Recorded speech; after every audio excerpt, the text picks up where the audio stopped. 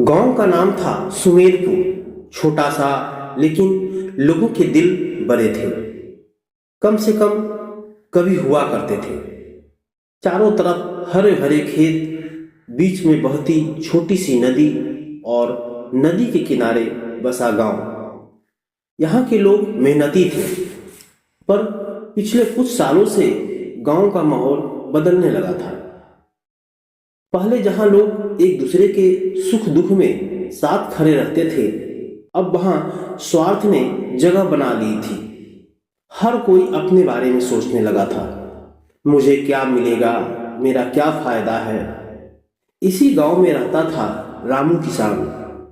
उसके पास ज्यादा जमीन नहीं थी, लेकिन दिल बहुत बड़ा था। वह मानता था कि अगर सब मिलकर काम करें तो छोटी छोटी परेशानियां भी आसान हो जाती है।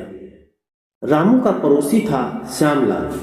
उसके पास अच्छी खासी जमीन थी, पैसा भी था, लेकिन स्वभाव में घमंड और स्वार्थ भरा था। वह किसी की मदद तभी करता जब बदले में उसे कुछ फायदा दिखे। एक साल गांव में भयानक सूखा पड़ा। बारिश समय पर नहीं हुई।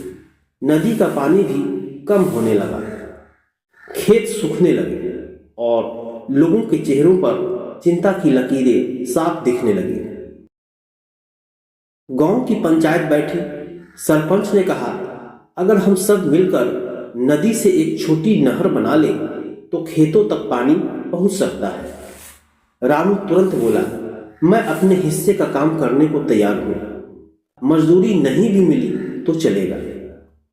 लेकिन श्यामलाल खड़ा हुआ और बोला, मेरी जमीन नदी के पास है। अगर नहर बनेगी तो मेरी जमीन से होकर जाएगी। मुझे क्या फायदा, उल्टा मेरी फसल खराब होगी। मैं अपनी जमीन नहीं दूंगा।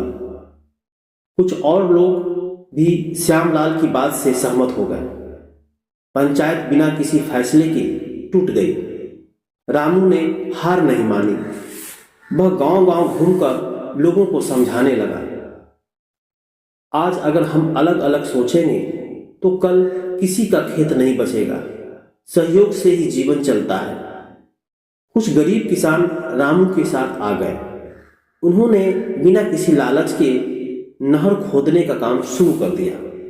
शुरू शुरू में लोग हंसे, अरे बिना श्यामलाल की जमीन के नहर कैसे बनेगी। लेकिन रामू और उसके साथी रोज सुबह शाम मेहनत करते रहे।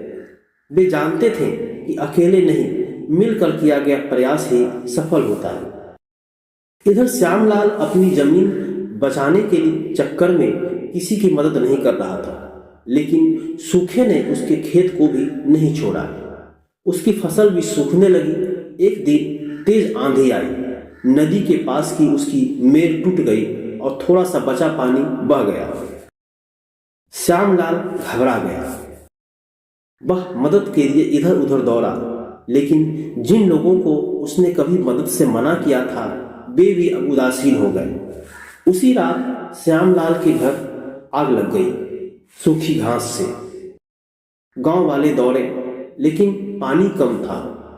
रामू बिना सोचे सबसे आगे आया। पहले जान बचाओ, बाकी बाद में देखा जाएगा, उसने कहा। सभी मिलकर आग बुझाने लगे। श्यामलाल का घर पूरी तरह तो नहीं, पर काफी हद तक बच गया। आग बुझने के बाद श्यामलाल की आंखों में आंसू थे। उसने रामू के पैर पकड़ लिए। मैं बहुत स्वार्थी था। जब सबको मेरी जरूरत थी मैंने मना कर दिया, और आज जब मुझे जरूरत पड़ी तुमने बिना सोचे मेरी मदद की। रामू ने उसे उठाया और कहा, गांव परिवार की तरह होता है। यहाँ कोई पराया नहीं होता। अगले दिन श्यामलाल खुद पंचायत में गया और बोला, नहर मेरी जमीन से होकर जाएगी। अगर मेरी थोड़ी जमीन भी खराब होती है तो भी मुझे मंजूर है। अब मैं समझ गया हूँ, स्वार्थ नहीं, सहयोग जीवन का आधार है। पूरे गांव में मिलकर नहर बनाई। कुछ ही दिनों में नदी का बचा हुआ पानी खेतों तक पहुंचने लगा। सूखे खेतों में फिर से हरियाली लौट आई। अब गांव में फिर से पुराना माहौल था। कोई बीमार पड़ता तो सब खड़े होते। किसी की फसल खराब होती तो सब मदद करते। श्यामलाल भी बदल चुका था। वह अब सबसे आगे रहता, कभी मजदूरी करता, कभी जरूरतमंदों को अनाज देता। एक दिन गांव के बच्चे रामू से पूछ बैठे, काका, सबसे बड़ी ताकत क्या होती है? रामू मुस्कुराया और बोला, बेटा, सबसे बड़ी ताकत है एक दूसरे का साथ। स्वार्थ इंसान को अकेला कर देता है और सहयोग उसे मजबूत बनाता है। गांव की नदी फिर से बहने लगी थी। खेतों में फसल लहलहा रही थी और लोगों के दिलों में यह बात हमेशा के लिए बस गई थी कि स्वार्थ नहीं, सहयोग ही जीवन का सच्चा आधार है।